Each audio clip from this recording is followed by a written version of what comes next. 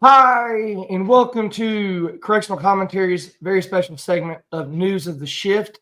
On this episode of News of the Shift, we're all going down to the great state of Florida.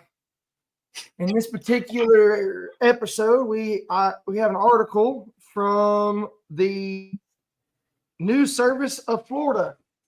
Okay, I guess something interesting for us to hear about. The headline is the Governor DeSantis' administration seeks more money for prison deployment. So as we discussed last week in one of our episodes about the Georgia Department of Corrections, it looks like Georgia is not the only one that's facing such a issue with staffing. In fact, believe it or not, Governor Ron DeSantis' administration is asking lawmakers to transfer a whopping $8.2 million to pay for the continued deployment of the Florida National Guard members at state prisons to the rest of the fiscal year, which for them, theirs ends June the 30th. National Guard members have helped at the prisons for more than 2 years as the correctional system struggles with high job vacancy rates and an increase in the number of inmates. The Florida Department of Corrections submitted a request for that money. It continues to experience correctional officer staffing shortages, resulting in extensive overtime to cover the mandatory security post. Originally in September of 2022, Robbie. This has been going on for almost 3 years. Yeah. Kudos to the governor, at least compared to the story from Georgia. At least they're helping their staff out and not letting them just be the bear alone. While 3 years I wonder what their vacancy rate is. Did it say in there? I didn't see it. No, they didn't actually say. I bet their vacancy rate has to be like at least 85 to 90% for them to have them in, because I think Georgia was at what, 70? Yeah, Georgia was at 70. So, but now, granted, I don't know how Georgia law works, but I'm assuming that Georgia's governor could have called in the Georgia National Guard at that point, but I don't know. I don't know what their policy is. Yeah, but, in Florida, they don't play around. So yeah, it kind of seems unfortunate because it seems like they're just they're just asking for more money to keep the guard there and not to try to solve the problem. Yeah, and I agree. That's like that. But now it does say in the article, I will say this, it does say correctional officer recruitment and retention has improved amid the assistance from the Guard. But new correctional officers, Robbie, check this out. New correctional officers must complete a 13-week training program, which delays their assignments to critical security posts. Yeah, I don't disagree with that. What I would really like to see, and I brought it up to upper administration. I would like to see them looking at starting new divisions, because I've worked for a department before, and we had a security division along with correction officers, and we had some people that they only had to go through 2 weeks, and they worked control rooms, checkpoints, basically almost like everywhere that. Yeah, it's like you're a security guard. It's kind of like a security post.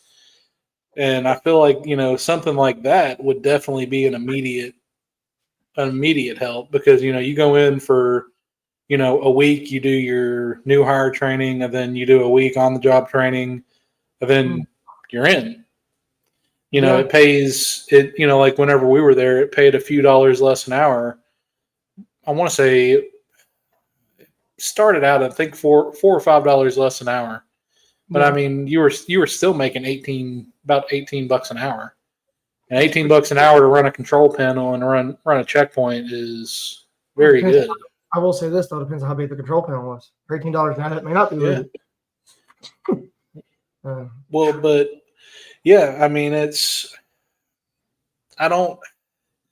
I feel like they're just putting a Band-Aid on it. I mean, yeah, it does take a long time to get it going, but I would Yeah, have liked to see some like, hey, what are we going to do to, recruit more?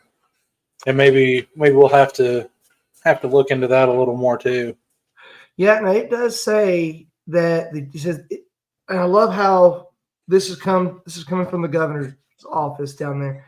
You make sure to use this language. The temporary assistance of the Florida National Guard has proven necessary for the care, custody, and control of inmates. But temporary. It's been 3 years. Well, almost. Wait a minute. Almost 3 years. It's set to expire June the 30th. So he's hoping. Temporary is like 6 months. Well, any temporary government program is never temporary, but we can, Good Lord. cross our fingers and hope for the best out there. But yeah, man, if you think about it, it's kind of scary that they're having. I mean, it's like what I don't. I would love to see a large scale. Maybe that's something we can try to get. Bring the light to at some point. I think I've heard of how there's travel teams in different states. What if they were to do that to a large scale, like to be like federal employees, and you can deploy officers to state to countrywide. I feel like though if we do that, man, it'll be borderline government overreach. And if not borderline with how CoreCivic runs their facilities. So yeah, I mean, I could see that, but I don't know. They got to do something. We got to do something to think outside the box to help this, or else that's all these, that's all these segments are going to be is just, for the rest of our career is going to be, hey, why are we so short staffed, and what are we going to do to fix it?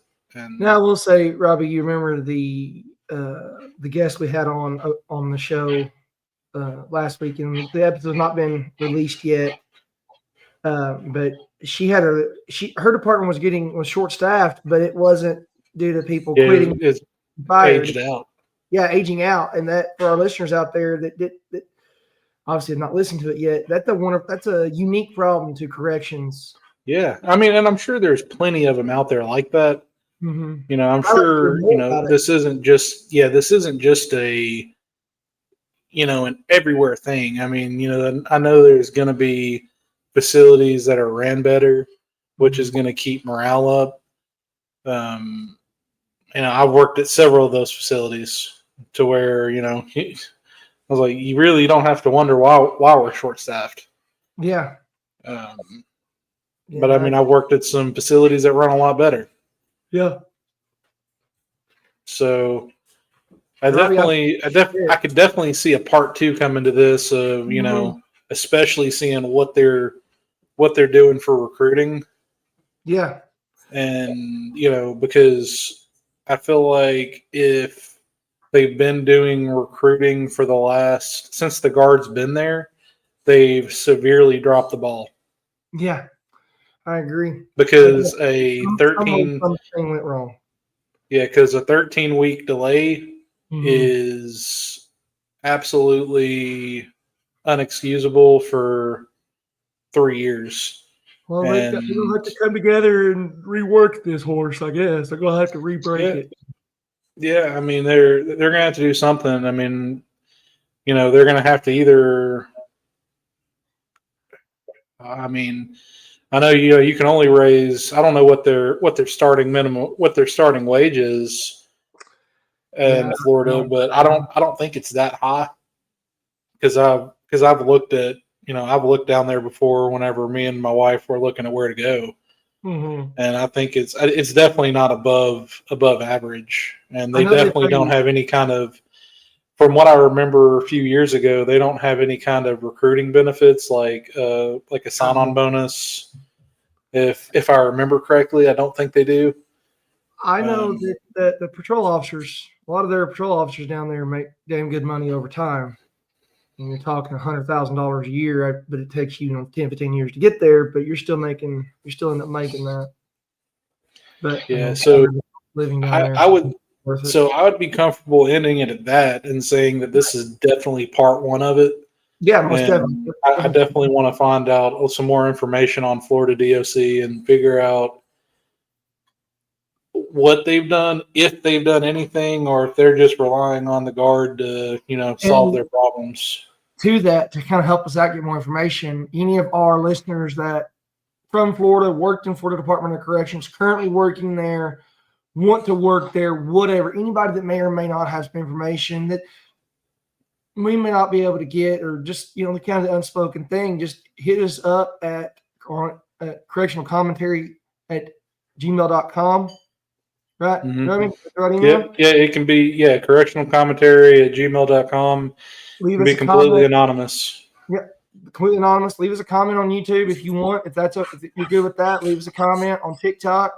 We're now on Reddit, so just hit us up. We got plenty of ways to get contact with us. So, thank All you right, guys. guys. Till next shift. Till next shift, guys. Thank y'all.